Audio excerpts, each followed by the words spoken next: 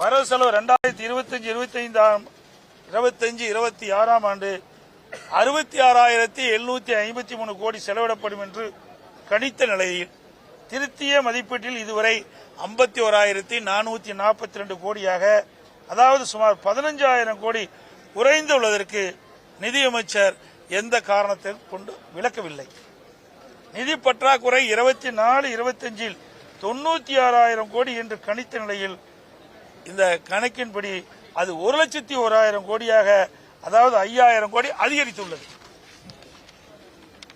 2025-26 ஆண்டு 1,08,000 கோடியாக நிதி பற்றாக்குறை இருக்கும் என்று கணிக்கப்பட்ட நிலையில் திருத்திய மதிப்பீட்டில் இது 1,24,000 கோடியாக உயர்ந்துள்ளது. அதாவது நிதி பற்றாக்குறை சுமார் 16,000 கோடி அதிகரித்துள்ளது.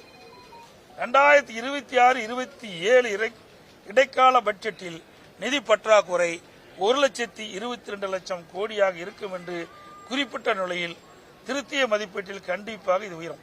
இந்த ஆண்டு நடப்பாண்டு 2026-27 1,22,000 கோடி பற்றாக்குறைக்கு சொல்றாங்க. திருத்திய மதிப்பீடு இன்னும் குறை இருக்குது. மொத்தத்தில் விடியா திமுகவின் நிதிநிலை அறிக்கை அத்திப்பழம் வெளியே அழகாக இருக்கும், அத்திப்பழம் வெளியே அழகாக இருக்கும், புட்டு பார்த்தால் உள்ளே சொத்தையாக இருக்கும் என்பதற்கு உதாரணமாக இந்த நிதிநிலை அறிக்கையில் உள்ளன.